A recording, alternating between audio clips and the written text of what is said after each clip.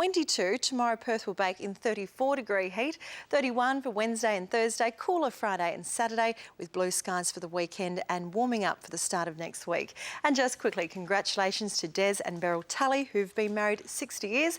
Now for something a bit different tonight, here's Baz. Well, Angela, thank you very much. Just before we welcome Monica with Today Tonight, I'm sure everybody by now is well and truly aware that we're celebrating a very special milestone here at 7 News, and that, of course, is 30 extraordinary years side by side on the 7 News desk of our great friends and colleagues, Rick Ardon and Susannah Carr. Ange, come on back in. And we'd also fittingly like to welcome one of our true and great friends here at 7 News, Jeff Newman, who for many years was side by side with Rick and Sue. Of course, Jeffrey, welcome back. Great to see you. Thank you very much indeed. These are not for you, Rick, they're for you, Susannah. I've got to say that I feel vindicated because many, many years ago I played a big part in getting Susannah away from the mob down the road and coming here to join the wonderful world of commercial television. It was difficult to do. She required a lot of talking. You did, but you did it. But you succeeded well. Yes, I know. Well, a 17-year-old, you're a little unafraid to go leap into new places. But no, I'll bet you're pretty happy with that decision. It's the best decision I ever made. And Rick, congratulations. You looked about 10 when you first started That's exactly here. right, I was. That's an appropriate point, Jeff, the consummate professional as always. As we cue some of the vision of the old hairstyles and the 80s fashion, Rick and Sue, 30 years together. I'm sure it's been a wonderful journey, as we know. I'm sure there's some people that you'd like to acknowledge tonight. Baz, I don't think we ever projected forward 30 years to realise that we'd still be here, but if it weren't for the public and people supporting us and showing us so much warmth over the years, we wouldn't be here. So thank you very much to everybody who's watched us over the last 30 years. It's been wonderful to our loyal viewers. It's been an absolute privilege, a pleasure for us, and we should be here for a long time to come, and we will bring you the best news in Perth. Yeah, that's the great story. This story is not ending just yet. 30 magnificent years, and I think it's right to say not just 30 years, but 30 years on top. 30 years at the very top of their game. So on behalf of everybody at 7 News, Angela and I have great pleasure in working with you every night. Monica, in just a moment, we'll welcome as well. And Jeff, terrific to see you back. On behalf of all of the people watching and all of the 7 team right around the country and indeed here in Perth, thank you. I think our news director, Howard Gretton, summed it up best when he said, you're not just news presenters, you're news royalty. Oh, very kind. Thank you, Prince Basil. And we thank you very much for being such a big part of our lives for so long. Keep up the good work. We want to see more of it. A wonderful ride. It's been great to be a part of it. I'm sure you've enjoyed it. And now Monica takes a look back at where it all began. Thanks, Basil. Sue, just love the big hair and the shoulder pads. Hello, everyone. It is an extraordinary partnership, but it hasn't always been smooth sailing. Tonight, Rick and Sue reveal their most memorable moments to Alison Fan, from their first ever bulletin to the night they almost didn't make it. Well, here we are at Perry Lakes. I'm standing here today in Soweto. Here in Monte Carlo Grand Prix time. Here at Kensington Palace. You can see here in Jordan. Here at Horse Guards. Live from the town of Whittlesea. Here I am in one of the oldest parts of Moscow. From across the globe. Hello, I'm Susannah. To here at home. Traffic's still coming back into Perth tonight. You've got to get it right every time. For 3 decades, Rick Ardon and Susannah Carr have sat side by side, night after night, bringing news to the people of Perth. 30 years together. It's lasted longer than some marriages. More than both of our marriages, actually. That's right, it has. And it's been a happy relationship too. Working with Sue is wonderful. Channel 7 began broadcasting news from here in their Dianella studios some 50 years ago. For more than half of that time, it's been Rick and Sue at the desk. For people at home, they're like family. And for colleagues like myself, we've shared some amazing and memorable moments. The good, the bad, the unforgettable. And it all began with their first bulletin together, back here in 1985.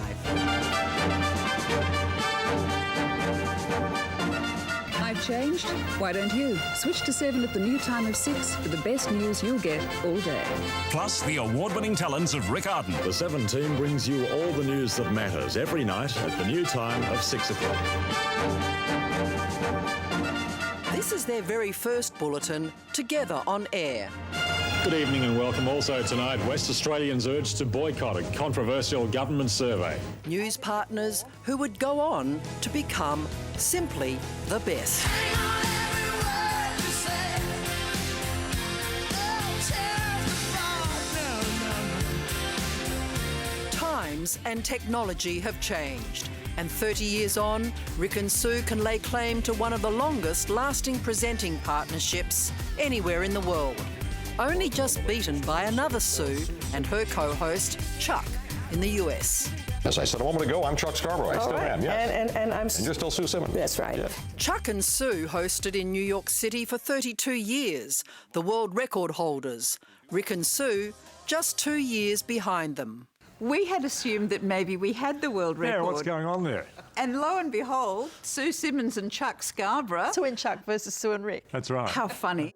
During that time, they've lived and breathed news. And there are some stories they'll never forget, from the heartwarming to the horrific. For both Rick and Sue, September 11 is something that will stay with them forever. It was a coordinated attack on the twin symbols of US economic and military power.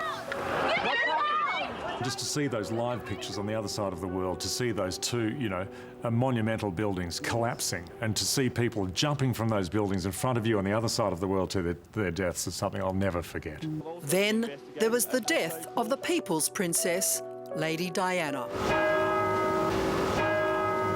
Tonight, the royal family prepares for Diana's final farewell. Across the globe in London, along with the world's media, was Susannah Carr. Susannah joins us live from London outside Buckingham Palace tonight. And Susannah, we have new evidence now about what caused this dreadful tragedy. Yes, Rick, the man who drove the Princess of Wales to her death was drunk. It would go on to become the biggest funeral the world has ever seen.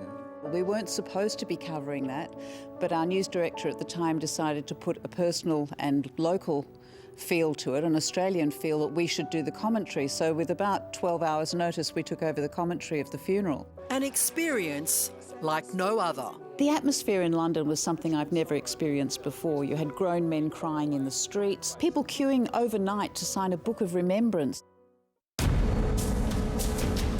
In 1990, when Iraq invaded Kuwait, the decision was made to send Rick Ardon to the war zone.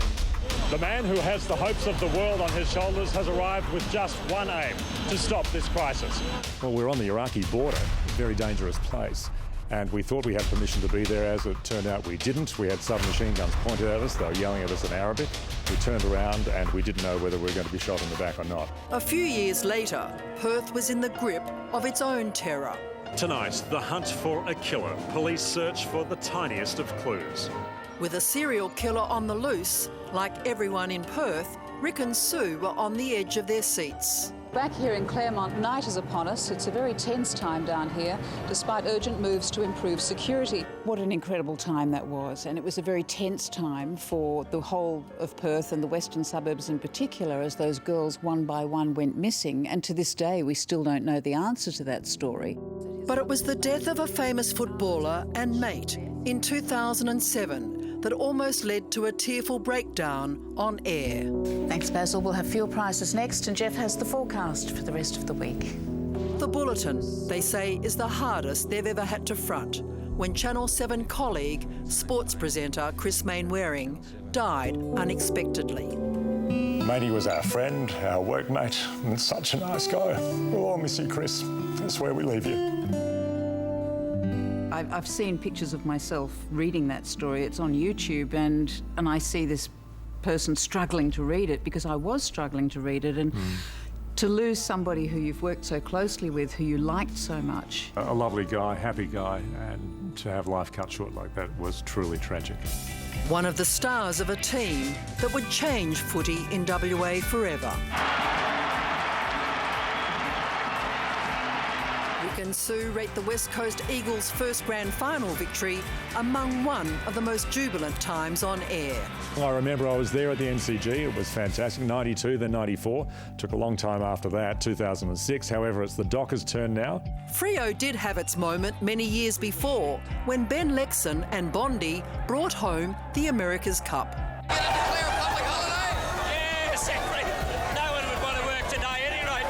Across the country, they celebrated with WA. And the atmosphere was electric down in Fremantle. I've never seen it like it. And from cup fever to gold fever. this $1 million worth of gold arrived at the doorstep, literally the doorstep of Channel 7. The Perth mint swindle has become one of Perth's most intriguing mysteries, with Channel 7 at the centre of the saga. Alison, should I interview you about that one? You know more about Mickelberg gold than anybody, but what an amazing story with that gold going missing and then 2 great big containers of gold turning up in the grounds of Channel 7. The containers with the gold are believed to have been delivered sometime during the night. What an amazing story, and will we ever know the truth? I doubt it. At times, those telling the news are the news. She's so tidy, isn't she? The birth of Rick's first child shared with viewers who think of them as family. It was a wonderful thing, and she's now 23, so how time flies. Many, many moments that made us smile. Pancake races through Perth. Our newsman looked to have it won till his pancake deserted him at the finish line, while Susannah decided she'd rather stay friends with hers.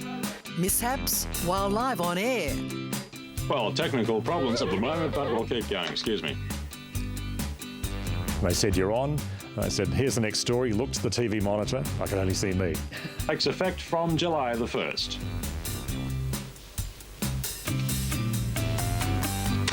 Well, look as though we haven't got that story, so we'll continue. The next story, excuse me again. Yep. And then the phone rang. We had a phone in those days. Said, yes. Tell them we've got a problem, we'll go to the next story. Went to the next story, nothing. Went to the next story, nothing. Then they rang and said, we have to abandon the news. And I virtually said, what? Okay, thanks. Well, unfortunately, we are having extreme technical problems at the moment, so what we'll have to do is take you to our next program, Sons and Daughters. For the moment, good night. I think it was the first time a news in Australia had been abandoned, and it actually made the papers on the East Coast. Then there's the stuff that never got to air. In this area too, one of the most tragic wrecks took place. The child's eaten. All but 2 of the survivors were eaten. Good evening. Coming up in 7 Nightly News as that blowfly buzzes past. Did you see that? That was a ripper. There he goes. Hooray! No cyclones today, thankfully, but plenty of other news. If only I could find it. C'est la vie. If something happens, well, you just move on. The thing with most things that go wrong in the studio is that most people at home don't know. And that's because they've been covered over and handled. And so we see a lot more that happens than people at home do. When it comes to live TV, they think fast on their feet. Nowadays, new technology means bloopers are rare. Incredible changes. Yeah, I mean, we've gone from film to videotape to digital. We've got people sending in news stories on iPhone. And another big change is everything's accessible instantly from anywhere in the world. And it was right here from the Channel 7 newsroom that Susannah was on air live across the country as the Sydney siege came to a dramatic end. More pictures now coming through. It looks like there's more activity going on. Sean, let's find out what's happening now. Look, you can probably hear the loud explosions behind me.